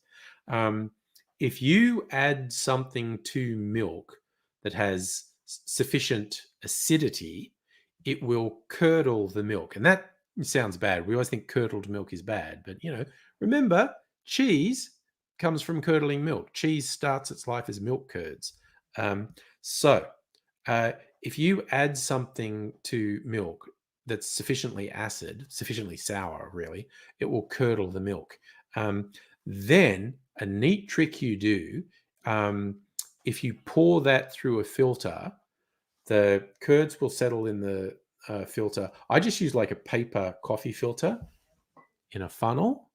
The curds will settle down, and the curds clarify the drink. They strain the drink. And so I don't actually have any clarified cocktails sitting here at the moment. But for instance, if I make, say, a whiskey or a rum cocktail, something that's if I do something that's like opaque and brown, like I make a rum cocktail that's like rum and fruit juice, and so it's like this opaque brown, and then I do the milk clarification, which is like add it to milk and then strain it. It'll come out somewhere between yellow and amber, but it will be really clear. So it changes the appearance, it changes the flavor. What it tends to do is soften the sharp edges of the flavor. So the best sort of milk clarified drinks are something that has really robust flavor, um, because clarifying it will keep the elements of that flavor, but will soften it down and take the sharp edges off. And also because when you curdle the milk, it separates into curds and whey. The curds sit in the filter and they're actually what clarifies the drink. The filter is just holding the curds. The filter doesn't clarify the drink, the curds do. So the curds stay in the filter, but the whey passes through. And whey is a bit more viscous than water. So when you pour a clarified cocktail, you can see that it flows just a little bit differently to the spirit, to the original cocktail, because it's a little bit thicker, it's a little bit more viscous, and as people say, it's got a silky mouthfeel. So milk clarifying changes the flavor, changes the appearance, and changes the consistency of the drink. And as I often say, when you milk clarify a cocktail, the result isn't always better than the original drink, but it's always interesting. I think my favorite clarifications I've done have been a pina colada. My clarified pina colada is fucking awesome, and a clarified zombie, which is a very strong rum drink. And clarify that, and it takes the bite out of the rum. I don't think it reduces the alcohol. So you've still got a really potent drink, but it's a bit smoother to drink. So, Michael, when in Arizona, when the Republicans were having a recount done, private group was hired to comb through everything. They discovered Biden actually had more votes and Trump less. Yeah. America's in a really weird, dangerous place at the moment where Republicans and Republican supporters are shamelessly trying to dismantle democracy. And again, in line with what I was saying earlier, we were talking about Tucker Carlson. If you repeat something over and over, you tend to end up believing it, even if your intention is just to spread propaganda. Repeated studies have shown that you end up believing the lie yourself. It's a big thing, and with all the propagandists in history has worked out that, if you repeat the lie over and over, it really gets into people's heads and people start to assume there must be something to it. There must be something to it. They wouldn't keep saying it if there was nothing. And so just the repetition of the lie starts to make people think it's true. But the really insidious thing is there's been a few studies that show the person telling the lie, the person who conceived the lie and who's premeditated in their lying, they move more towards believing their own lie when they keep repeating it. Just your brain is fucked. And Celtic King, yes, it's a 10 p.m. stream, and no sign of AIDSy. No hear from AIDSy. So if I don't hear from him by Thursday, I'll probably message him and just see what's happening. But he's got his trials and tribulations.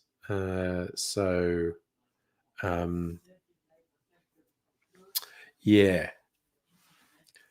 Our boy is a bit unpredictable with what is happening in his life and what he's up to. So, everyone loves AIDSy Celtic.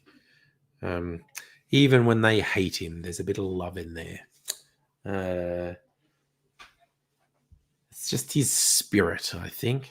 Oh, wait, I was going to say, I do have a clarified cocktail. I'm saying about thing. This is a coffee cocktail. This has Mr. Black in it, which is an Australian coffee liqueur, which is like fucking black. They call it Mr. Black.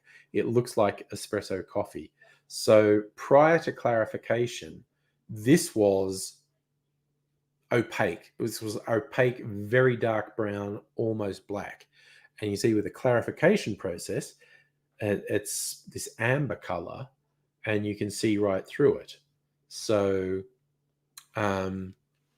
It's funny. I didn't think I had any clarified cocktails sitting around. I was actually saving this for Mrs. Angry. She likes coffee, and I don't particularly. Um, so, but yeah, that's a visual example of clarification. Because honestly, before it looked like that. It's basically is that opaque. It's like Pepsi. It was that opaque, and it comes out like this. That's why it's very interesting how much blood orange colors something red.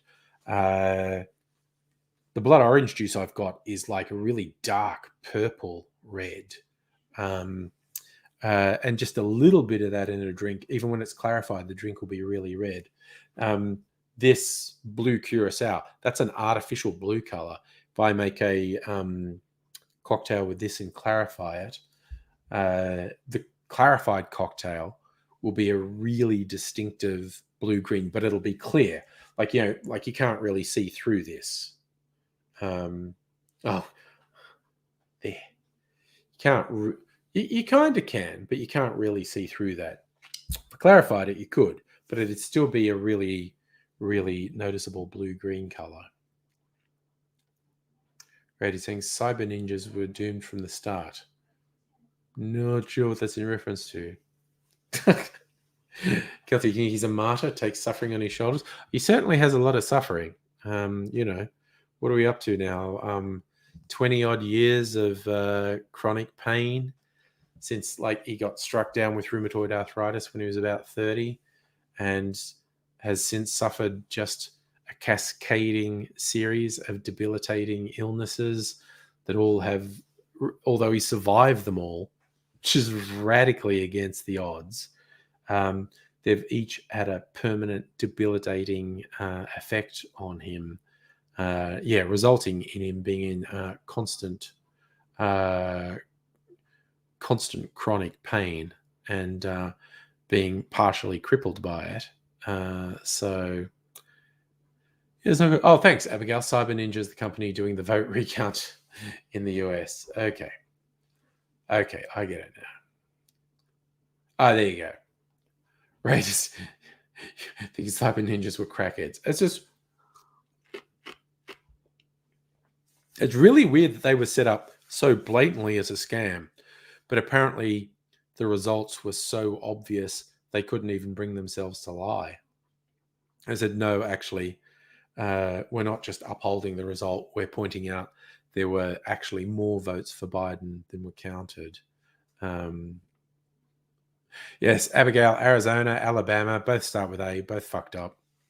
I can say that. I don't know anyone in Arizona or Alabama, as far as I know.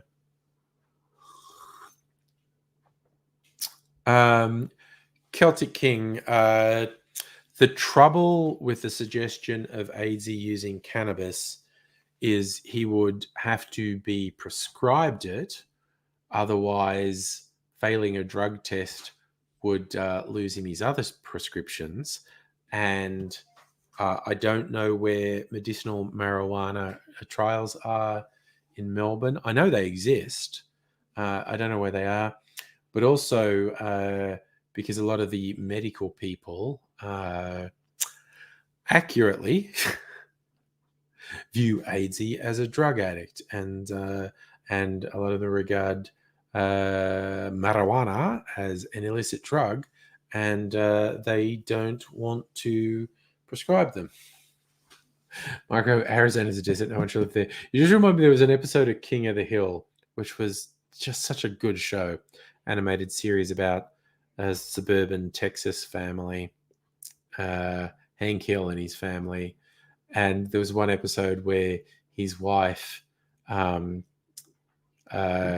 Peggy, and his son are in Arizona, and they drive there, and they're in an air-conditioned car, and they get out, and just the heat hits them. And Peggy's going, "This is wrong. Humans shouldn't live here. This is man's hubris, and God's punishing us." But yeah, I went to. That's right. I was thinking, which state's Vegas in? That's Nevada. But they all butt onto each other. Nevada's all desert, and Arizona. We drove from. So you went from LA to Las Vegas, and then we went down to Colorado. So to go from Vegas to Colorado, you do pass through Utah and Arizona and Wyoming to get to Colorado. And that's just fucking desert. And yeah, people shouldn't live there. Celtic, I'm not vouching for AIDS and drug use, basically.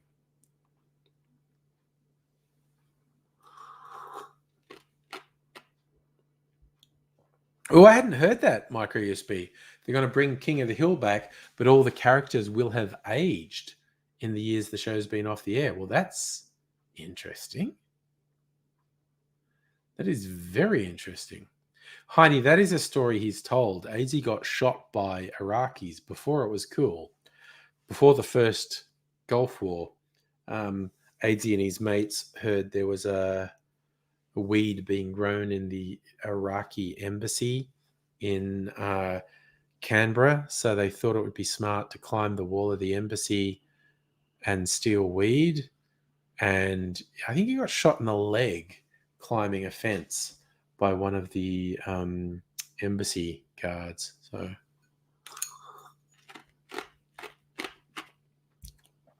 Celtic, I did not go to Salt Lake City, which was the Mormon capital.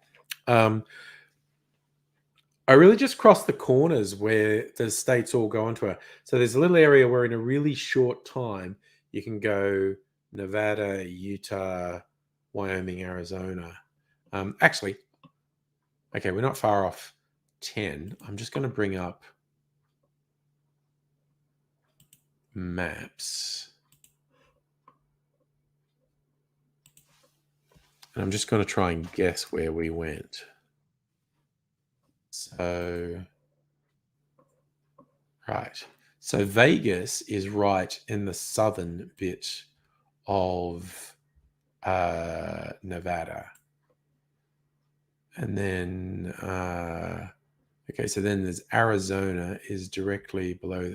Okay. Got to go east.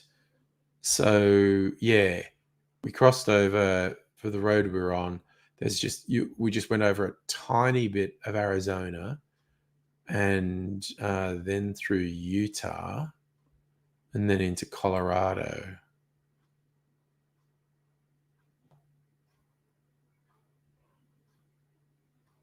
And there's Wyoming up there. Although I'm not sure we actually went into Wyoming.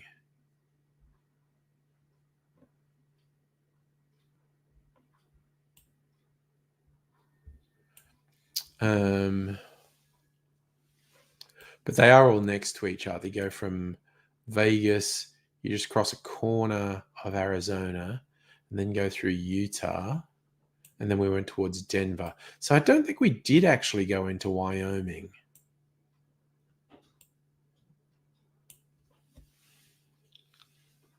We went to Denver. But Wyoming's right there.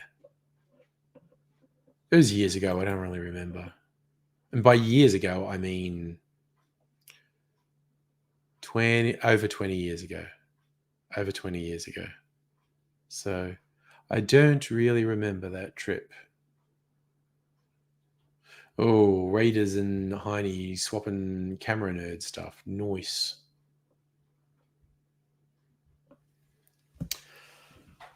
I'm going to be interested because, okay, camera. I haven't bought a new camera for a while. I tend to get video cameras, not still cameras anymore. But I'm looking forward to go. This is iPhone 10. I'm going to get either an iPhone 12 or an iPhone 13. Either just because iPhone 13's come out, get it, or if there's a good deal on an iPhone 12, get one of them. But I'm looking forward to what the camera can do on whatever new phone I get. What I'm hoping for is a really good quality slow motion. Like I wanted to shoot slow mo in HD. Actually, I'm going to does iPhone shoot 4K.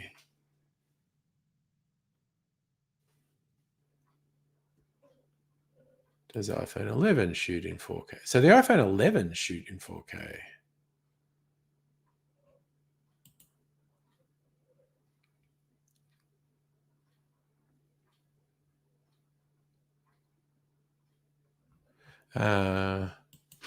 But can I do slow-mo?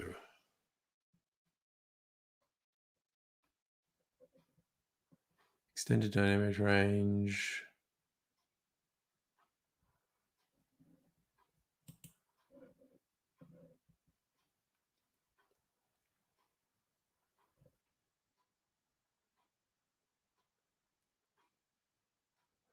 Actually, I don't even necessarily want it in 4K, just in HD. 1080. 1080 would have gone. Oh, Raiders slow-mo, guys. That channel's amazing. Those super expensive cameras they have. Bye, Celtic. I'm off soon too, for that matter. All right. So, all right. So, Raiders, you reckon the new iPhone will do slow-mo? Yeah, I'm hoping, and at least like 1080, because it's just for YouTube. 1080 would be fine. Do some sexy slow-mo shots. I will have to look into what deal I can get on the phone. To remember to go onto the Telstra side, because the dude called me and gave me this good deal and changed all my things. He said, "Oh, and call me if you want a phone." I went, "Yep, okay." I forgot his name, so I go onto the Telstra site and leave a message saying, "I want to talk to someone about a phone. Someone call me." So, Reddy's your 12-month-old Samsung does slow mo. Yeah. I mean, the iPhone 10 does slow mo, just at a comparatively low resolution. Abigail, why not Android? Because Apple has me in the soft handcuffs. I have a bunch of stuff I have bought for the iPhone and games I've invested years in that I would lose if I switched to Android. So there's nothing necessarily stopping me for. That's why I referred to it as the soft handcuffs, um, because it would just be I would lose stuff if I swapped. Suffer. Yeah, no, I got an unsolicited call from Telstra. It's because I'd paid off the phones. Um, this guy called and he just said, "Oh, like you've been with Telstra for ages," because I have a business account with Telstra. And he's like, "Oh, yeah, you're a great customer." And he goes, "Hey, look, I can do you a deal where it can reduce your monthly cost and you'll actually get more data and whatnot." We talked about it, and yeah, so he saved me some money. And then he said, "Oh yeah, so talk to me if you want a phone or someone." I went, "Okay." Now I think I want a phone. So I'm a get someone to call me again and say, "Mark, are you saying I'd gain so much more with an Android?" Um, Yeah, it's again, no, no, I wouldn't gain anything. There is nothing I want. There is okay, you can talk whatever you want about features, but there is literally no feature on an Android that isn't on an iPhone that I want, that I'm waiting for, that I feel like I'm missing out on, and I would lose an enormous amount if I changed. Okay, when you're a Vodafone customer, as soon as your phone plan finishes, you get constant calls trying to get you back on a contract. Yeah. Vodafone are pretty annoying, actually. I did see that reference to, I think it's the EU trying to force Apple to use USB-C. And that lack of interoperability between electronics is incredibly, incredibly wasteful. Um, so there is a lot of validity in forcing Apple to be more cross-compatible and be less fucking asshole-ish, because it creates mountains of e-waste that Apple just don't give a shit about. Stella, you did make it back before the end. Hello.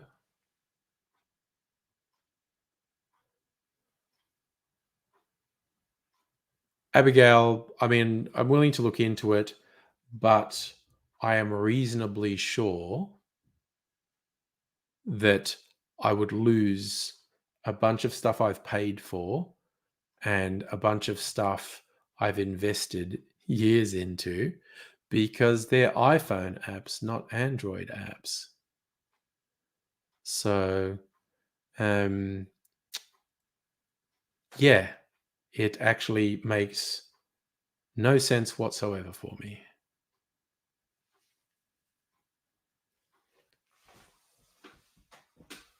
So Ray's got to sell OEM cable. I mean, yeah, Apple shit me right up the wall when they got rid of the headphone jack. Because when I'm in an office, I like to have headphones on all day just to sort of, I'm pretty much screening other people out. I have earbuds in and just at a low volume, and it's just enough white noise that I can keep working. And like I'm usually playing music. Sometimes it's like podcast or something, but if I'm working, I can't really concentrate on a podcast. So it's usually music, but just at a low level, just like screens out distractions, but I can still hear if someone calls my name. And uh, when Apple got rid of the headphone jack, they fucked me up on that because I can't have it charging and have the headphones in. So it's just like fucking annoying, basically. I'm not an Apple fanboy by any stretch of the imagination. Uh, it's like I said, it's just that I would lose a lot that I do not want to lose if I changed to Android. It's that simple. Anywho, it's 10 o'clock and I'm gonna go to bed. Because I'm super responsible. Because I got work. And yeah, it just boggles my mind how responsible I've been. 18 months working from home, next to this drink cart. I sit right next to it, and I've not had a single drink during the day. I don't even have it at the end of the day. Like I have, one or two during live streams. So nights when I'm not live streaming, I usually don't drink anything.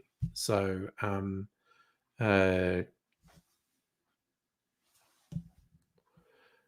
yeah, I'm absolutely amazed at my professionalism. Didn't know I was that professional. That I could work 18 months next to a drink cart and not drink when no one would know. No one can stop me. Oh well. Anywho, Betty buys.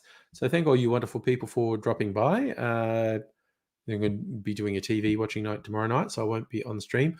I should be on Thursday night. And so we'll see what happens on Thursday night. But you all take care in